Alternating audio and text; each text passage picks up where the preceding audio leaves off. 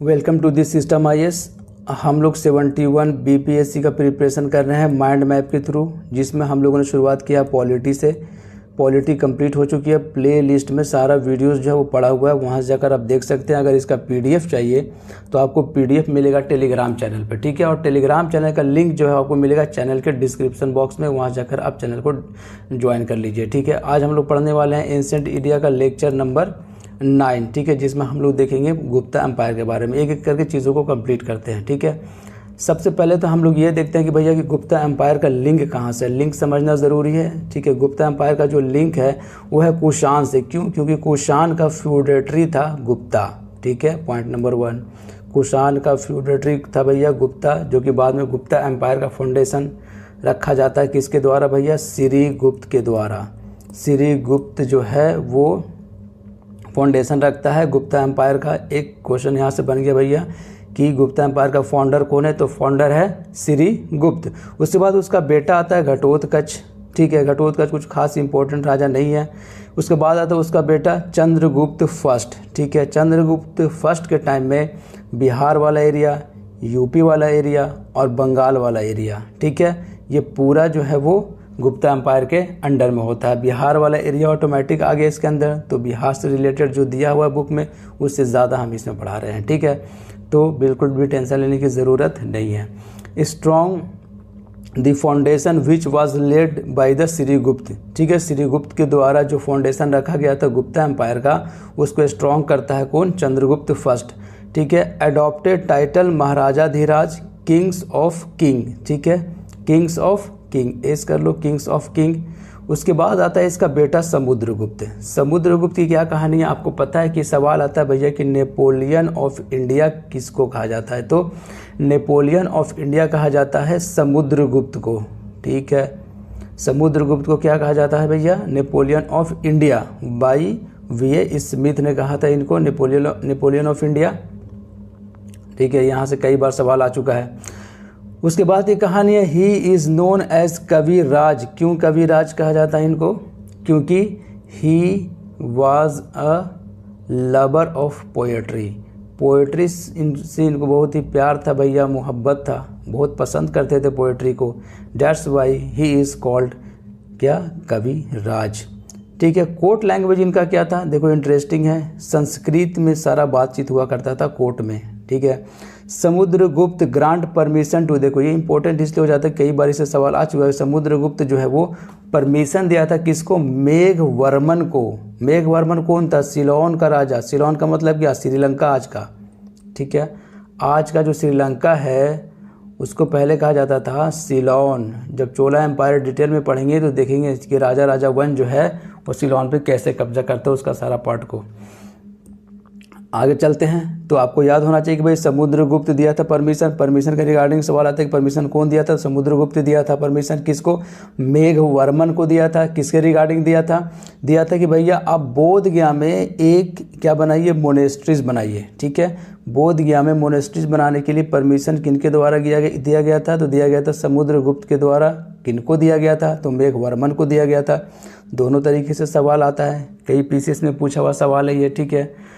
उसके बाद बीपीएससी में भी पूछा हुआ सवाल है ये। उसके बाद एक जो एडिशनल इन्फॉर्मेशन मिलेगा खास करके बिहार स्पेशल की बुक में, वो क्या है भैया कि a gold railing around the Bodhi tree, ठीक है। बोधि ट्री के चारों तरफ जो है गोल्ड की रेलिंग भी लगाया गया था। किनके द्वारा? मेघवर्मन के द्वारा, ठीक है, ये याद रखना। उसके बाद आता है इसका बेटा रामगुप्त, समुद्रगुप्त का बेटा रामगुप्त। कुछ खास नहीं है, कायर था ये। कैसे कायर था अभी देखते हैं। कहानी इसका क्या है? कहानी ये है कि शाका जो था, ठीक है, वो क्या करता है? इस पर अटैक करता है, दोनों में फाइट होता है तो भैया रामगुप्त जो है डिफीट हो जाता है, यानी कि शाका जीत जाता है। जीतने के बाद की कहानी क्या है कि इसकी जो वाइफ है जिसका नाम था ध्रुव देवी, ठीक है, इसको कैप्चर करके लेके चल जाता है शाका, ठीक है। और चंद्रगुप्त इसका छोटा भाई है, ठीक है, रामगुप्त का। वो देख रहा है सब कुछ, ठीक है। अब वो क्या करेगा कि जब ये सिचुएशन क्रिएट होगा तो ये भेष बदल के जाता है और क्या करता है? शाका को मार देता है, किल कर देता है। मारने के बाद वहाँ से ध्रुव देवी को उठा कर लेकर आता है, ठीक है। और फिर उसके बाद क्या करते हैं कि रामगुप्त जो इसका भाई था इसको भी मार देता है, चंद्रगुप्त सेकंड। और चंद्रगुप्त सेकंड जब अपने भाई को मार देता है रामगुप्त को, और उसकी पत्नी जो थी ध्रुव देवी उससे क्या कर लेता है, शादी कर लेता है। इतना मेहनत किया तो कुछ फ़ायदा भी तो होना चाहिए, ठीक है। तो Chandragupta killed Shaka king and married Dhruva Devi after killing Ramagupta. एक लाइन में कहानी खत्म हो गया, ठीक है।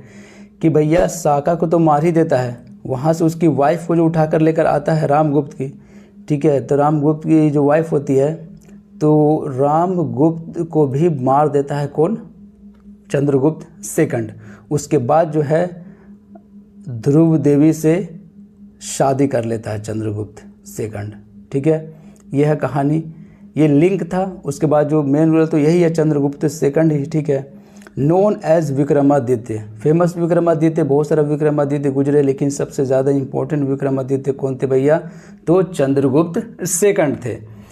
उसके बाद issue first time silver coin, देखो सिल्वर कॉइन इशू किया हुआ है ये बुक में मिलेगा, लेकिन सवाल जो पूछा हुआ है उसमें ये सवाल पूछा गया है कि भैया फर्स्ट टाइम कौन जो है वो सिल्वर कॉइन जो है इशू किया था। तो इशू किया गया था किनके द्वारा भैया, चंद्रगुप्त सेकंड के द्वारा, ठीक है। इस सवाल आया हुआ इसीलिए फर्स्ट टाइम यहाँ पे ऐड किया हुआ है, ठीक है। उसके बाद देखते हैं कि कॉपर कॉइन भी जो है वो इशू किया गया था इनके टाइम में। और सबसे इंपॉर्टेंट जो सवाल बार बार आता है वो गोल्ड कॉइन से आता है। गोल्ड कॉइन्स को क्या कहा जाता था गुप्ता के टाइम में, कहा जाता था दिनार, ठीक है।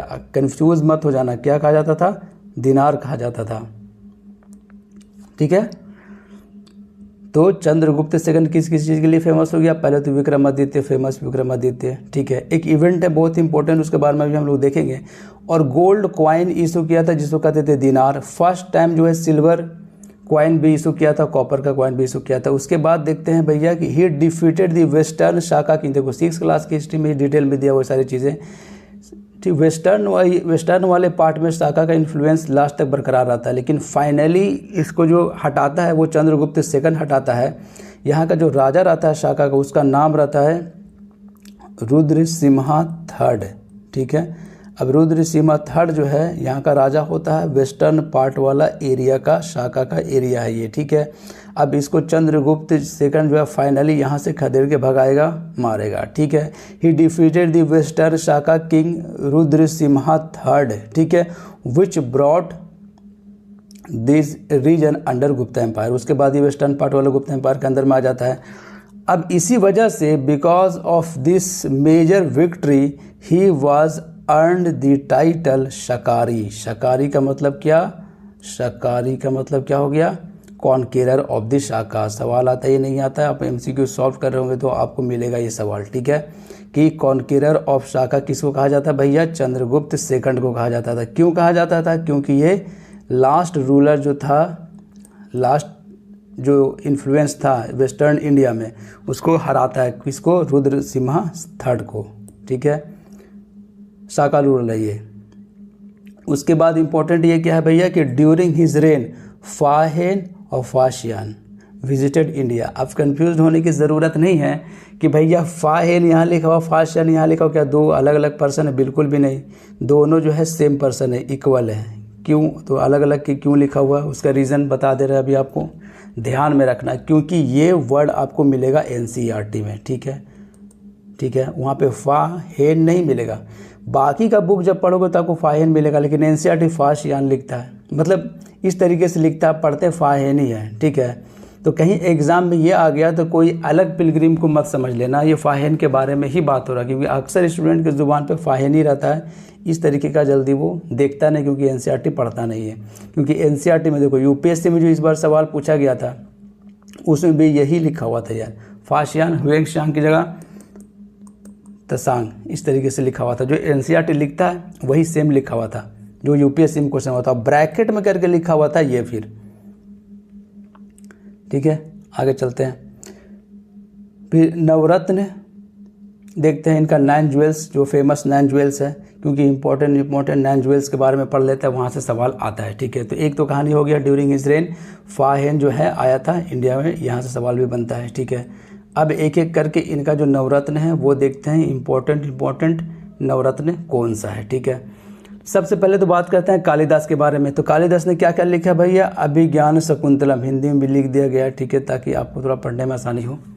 जो फर्स्ट टाइम देख रहा हूँ बाकी को तो पता ही होगा। अभिज्ञान शकुंतलम, ठीक है, मालविका अग्निमित्रम, ठीक है, विक्रमो वश्यम,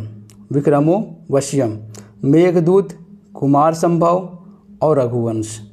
ये सारा बुक जो लिखा गया था किनके द्वारा भैया, कालिदास के द्वारा। एक जगह लिख दिया गया है, ठीक है, ऐसे तो बुक में 1-2 ही मिलेगा जल्दी, ठीक है, लेकिन जितना भी बुक इधर उधर से जो मिला, जो याद आया, यहाँ पे सब लिख दिया गया है। आप एक बार देख लोगे, सवाल बनता है, ठीक है, 2-4 बार रिवीजन कर लेना इसको। अभिज्ञान शकुंतलम, मालवा अग्निमित्रम, ठीक है, विक्रमोवश्यम, मेघदूत, कुमार संभव और रघुवंश, ये सारा बुक इनके द्वारा लिखा गया था, कालिदास के द्वारा लिखा गया था। और 9 ज्वेल में से दूसरा जो है वो है वराहमिहिर। वराहमिहिर ने क्या लिखा भैया, Pancha Siddhantika was written by Varahamihira, ठीक है। और बृहद संहिता और बृहद जटक, ये भी वराहमिहिर के द्वारा ही लिखा गया था। अब जहाँ पे बृहद आया, खटाक समार दो वराहमिहिर, ठीक है। और पंच सिद्धांतिका किनके द्वारा लिखा गया था, ये भी वराहमिहिर के द्वारा लिखा गया था। थर्ड देखते हैं, धन्वंतरी, आयुर्वेद से रिलेटेड, आपको पता ही है, धन्वंतरी जो है मास्टर इन आयुर्वेदा, फिजिशियन था, कोर्ट फिजिशियन था, ठीक है, चंद्रगुप्त सेकंड का। उसके बाद शांकु रिलेटेड विद शिल्प शास्त्र, ठीक है। आगे चलते हैं, कभी मैच द फॉलोइंग में आ गया तो आपको बातें समझ में आनी चाहिए। उसके बाद है वारारुचि, प्रकृत प्रकाश, मतलब ये किस चीज़ का नाम है भैया, प्रकृत लैंग्वेज का ग्रामर की बुक जो है लिखा गया था इनके द्वारा, वारारुचि के द्वारा। प्रकृत प्रकाश, प्रकृत लैंग्वेज का ग्रामर की बुक है ये, ठीक है। उसके बाद अमरसिम्हा, ठीक है, अमरसिम्हा का लेक्सिकोग्राफर, आपको पता ही है, लेक्सिकोग्राफर बोले तो भैया डिक्शनरी को जो कंपाइल करता है उसको कहते हैं लेक्सिकोग्राफर। जो डिक्शनरी को कंपाइल करता है उसको कहते हैं लेक्सिकोग्राफर। और उस वक्त के लेक्सिकोग्राफर कौन थे भैया, तो लेक्सिकोग्राफर का नाम है अमरसिम्हा। किनके कोर्ट में, चंद्रगुप्त सेकंड के कोर्ट में, ठीक है। 6 के बारे में हम लोगों ने देखा, 2 यहाँ पे, और उसके बाद शांकु 3 हो गया, धन्वंतरी 4 हो गया, वराहमिहिर 5 हो गया और कालिदास 6 हो गया, ठीक है। ये 6 इंपॉर्टेंट है, आपको बार बार कहीं ना कहीं इनकाउंटर हो जाएगा, ठीक है। उसके बाद इसका जो है वो इनका रूलिंग आता है भैया कुमार गुप्त किस लिए फेमस है आपको पता है, बिहार स्पेशल से भी रिलेटेड है ये, ठीक है। नालंदा यूनिवर्सिटी को बनाने का श्रेय किनको जाता है, कुमार गुप्त को जाता है, ठीक है। उसके बाद आता है स्कंद गुप्त इसलिए फेमस हो जाता है क्योंकि ये हून को हराया था, इसलिए फेमस होता है। किस लिए फेमस है हिस्ट्री में, क्योंकि ये हून को हराया था और हून के इन्वेजन से बचाने की वजह से इनको क्या कहा जाता है भैया, सेवियर ऑफ गुप्ता एम्पायर, ठीक है। बहुत इंपॉर्टेंट है ये, कहीं अगर सवाल बन गया इससे तो आपसे बनना चाहिए सवाल, ठीक है। स्कंदगुप्त विक्रमादित्य प्लस कुमारदित्य का टाइटल लेता है, ठीक है, खास नहीं है पर ध्यान में रखो तो ठीक है। Defeated Hun and save the Gupta empire from Hun invasion, he is known as saviour of Gupta empire. इसीलिए इनको क्या कहा जाता है भैया, सेवियर ऑफ गुप्ता एम्पायर, क्योंकि हून के इन्वेजन से इनको बचाया था, उनको डिफीट किया था। आगे चलते हैं, आप एक एक करके सारा पार्ट को पढ़ते हैं। एडमिनिस्ट्रेटिव पार्ट को सबसे पहले देखते हैं, कैसा भैया एडमिनिस्ट्रेशन क्या था गुप्ता एम्पायर में। तो आपको पता है कि गुप्ता एम्पायर को क्या कहा जाता है भैया, golden age of the ancient India. Gupta empire में golden age of the ancient India. 3 division था, ठीक है। कौन कौन सा डिवीज़न था भैया, पहला था विलेज, ठीक है, विलेज के ऊपर था भैया डिस्ट्रिक्ट और डिस्ट्रिक्ट के ऊपर था भैया प्रोविंस, ठीक है। अब इस तरीके से तो था, लेकिन उस वक्त के ज़माने में क्या कहा जाता था इनको, ठीक है। विलेज को कहा जाता था ग्राम, डिस्ट्रिक्ट को कहा जाता था विश्व और प्रोविंस को कहा जाता था भुक्ति, ठीक है। क्या क्या हो गया, ग्राम, विश्व और भुक्ति। अब इनके हेड को क्या कहा जाता था, ग्राम को कहा जाता था ग्रामिका, विश्व को कहा जाता था विश्यापति और भुक्ति का जो हेड हुआ करते उसको कहते थे उपारिक। क्लियर है, ग्राम के हेड को ग्रामिक, विश्व के हेड को विश्यापति, भुक्ति के हेड को उपारिक, ठीक है। ये था एडमिनिस्ट्रेशन ठीक है, सिस्टम इन गुप्ता एम्पायर, ठीक है, golden age of ancient India.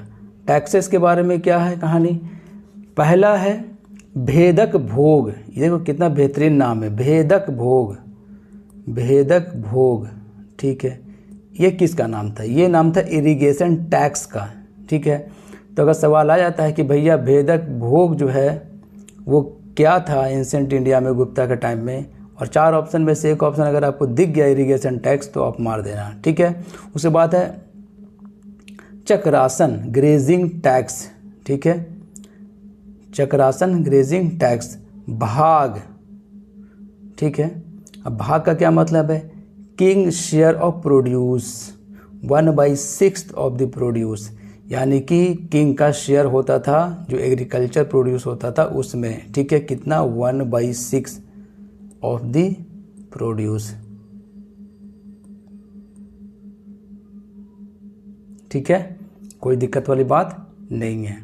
आगे चलते हैं, ये टैक्सेस का सिस्टम कंप्लीट हुआ, क्या क्या है, भेदक भोग, इरिगेशन टैक्स, चक्रासन, ग्रेजिंग टैक्स, भाग, king share of produce 1/6 of the produce. यहाँ से सवाल आ चुका है टाइप्स ऑफ लैंड से, बीपीएससी में सवाल पूछा गया था, अपराहत लैंड भूमि किसको कहते हैं भैया, तो फॉरेस्ट लैंड को कहा जाता था, अपराहत लैंड। और भी जो लैंड है उसके बारे में भी यहाँ पे नोट डाउन कर दिया गया ताकि सवाल फिर से अगर आ जाए आसपास से तो आपसे बनना चाहिए। क्या है, कल्टीवेबल लैंड को क्या कहते हैं, क्षेत्र भूमि, क्षेत्र भूमि इनको कहा जाता था कल्टीवेबल लैंड को, ठीक है। उसके बाद खिला, खिला किनको कहा जाता था, वेस्ट लैंड को। उसके बाद वास्तु, वास्तु किनको कहा जाता था, हैबिटेबल लैंड को, ठीक है। और अपरहत, अपरहत भूमि किनको कहा जाता था भैया, तो फॉरेस्ट लैंड को।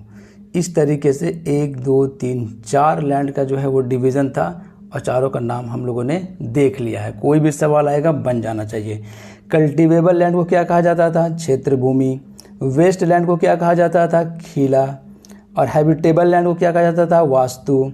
और फॉरेस्ट लैंड को क्या कहा जाता था भैया, अपरहत भूमि। ये बीपीएससी में पूछा हुआ सवाल है, ठीक है। आगे चलते हैं। उसके बाद आर्किटेक्चर देखते हैं, क्या कहानी आर्किटेक्चर। आर्किटेक्चर आर्किटेक्चर में सबसे पहले देखते हैं टेम्पल कौन कौन सा बनाया गया था भैया। 10 अवतार टेम्पल कहाँ है, देवगढ़ में, ये तो आपको बात पता है, ये सवाल भी कई बार आता है। ब्रिक टेम्पल भितरेगांव में है। अजंता केव, एलोरा केव महाराष्ट्र में है। आयरन पिलर एट मेहरौली में है। सिंपल सी बात थी ये, ज़्यादा कुछ नहीं है।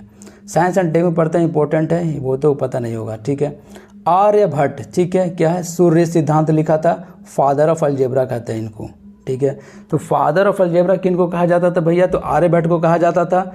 और ब्रह्मगुप्त, ठीक है। उसके बाद भास्कर, भास्कर ये लीलावती से कई बार सवाल आता है कि लीलावती जो बुक है वो किस चीज़ से रिलेटेड है। तो अक्सर लोग ये समझेगा कि ये लीलावती नाम है तो ड्रामा से रिलेटेड होगा, नहीं, ये रिलेटेड है भैया। ये मैथमेटिक्स की बुक है जो लिखा गया था भास्कर के द्वारा, जिसका नाम है लीलावती। मैथमेटिक्स की बुक है, याद रखना, मैथमेटिक्स की बुक है लीलावती, ठीक है। और एक और बुक लिखा गया था इनके द्वारा, बीज गणित, मैथमेटिशियन था भास्कर।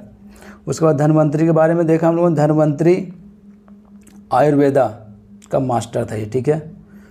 आगे चलते हैं लिटरेचर, तो एक बार रिवीजन करते हैं फिर से। साइंस एंड टेक में क्या क्या कहानी है। आर्यभट्ट 2 बुक लिखा, सूर्य सिद्धांत, ठीक है, फादर ऑफ अलजेब्रा एक बुक हो गया, और इनको कहा जाता है फादर ऑफ अलजेब्रा। आर्यभट्ट ने भी बुक लिखा था, ठीक है। ब्रह्मगुप्त, और उसके बाद भास्कर, लीलावती मैथमेटिक्स की बुक है, और बीजगणित। धन्वंतरी आयुर्वेदा से रिलेटेड है, ठीक है। आगे चलते हैं, लिटरेचर के बारे में देखते हैं। लिटरेचर की क्या कहानी है, तो संस्कृत जो था ऑफिशियल लैंग्वेज था।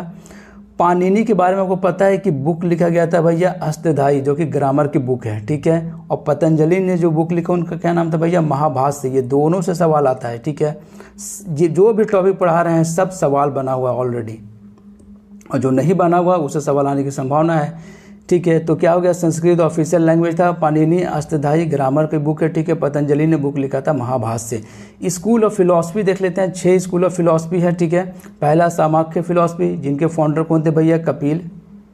उसके बाद योगा, योग फिलॉसफी के फाउंडर कौन है भैया, पतंजलि। उसके बाद न्याय फिलॉसफी, गौतम, ठीक है। वैशेषिका फिलॉसफी, उलुक कन्नडा, ठीक है, मीमांसा। मीमांसा के जैमिनी और वेदांता, वेदांता का बद्रयान, ठीक है। इसको उत्तर मीमांसा भी कहते हैं और इसको पूर्व मीमांसा भी कहते हैं, ठीक है। किसी भी तरीके से सवाल बनना चाहिए। एक बार देखते हैं फिर से। सामाख्य फिलॉसफी के फाउंडर कौन है भैया? कपिल। योग फिलॉसफी के पतंजलि, ये तो आपको पता ही होगा।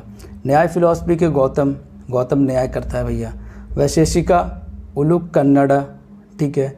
मीमांसा जैमिनी, ठीक है, मीमांसा जैमिनी। वेदांता, ठीक है, बद्रयान। इस तरीके से 6 फिलॉसफी है। सवाल इसी से बनेगा कि भैया कौन सा फिलॉसफी के फाउंडर कौन है, ठीक है। मैच द कॉलम में या एमसीक्यू में इसी से सवाल बनेगा। कई बार सवाल आ चुका है, ठीक है, इसलिए यहाँ पे नोट डाउन करवा दिया, इधर उधर जाने की ज़रूरत नहीं है। देखते हैं, अगर टाइम परमिट देगा तो पोस्ट गुप्ता भी इसी में ऐड कर देंगे। 20 मिनट हो चुकी है तो फिर पोस्ट गुप्ता अलग से बढ़ा देंगे, 5-6-7 मिनट लगेगा उसमें, ठीक है। मिलते हैं हम लोग नेक्स्ट लेक्चर में, ठीक है, लेक्चर नंबर 10 में, और एंसेंट इंडिया को कंप्लीट कर लेते हैं। उसके बाद हम लोग मेडिवल इंडिया में एंट्री कर जाएंगे, ठीक है। और बने रहिए आप सिस्टम आईएएस के साथ और तैयारी कीजिए 71 बीपीएससी का माइंड मैप के थ्रू। चैनल को सब्सक्राइब कीजिए और बेल आइकन को प्रेस करके रखिए ताकि जैसे न्यू वीडियो आएगा आपको नोटिफिकेशन मिल जाएगा, ठीक है। मिलते हैं हम लोग नेक्स्ट लेक्चर में। Best of luck. अगर आपके पास टाइम है तो आप वीडियो को शेयर कीजिए, ठीक है। पीडीएफ अगर चाहिए आपको तो पीडीएफ आपको टेलीग्राम चैनल पे मिल जाएगा। टेलीग्राम चैनल का लिंक जो है डिस्क्रिप्शन बॉक्स में दिया हुआ है, चैनल के डिस्क्रिप्शन बॉक्स में, ठीक है। Thanks for watching. Thank you very much. Best of luck for your exam. मिलते हैं नेक्स्ट लेक्चर में।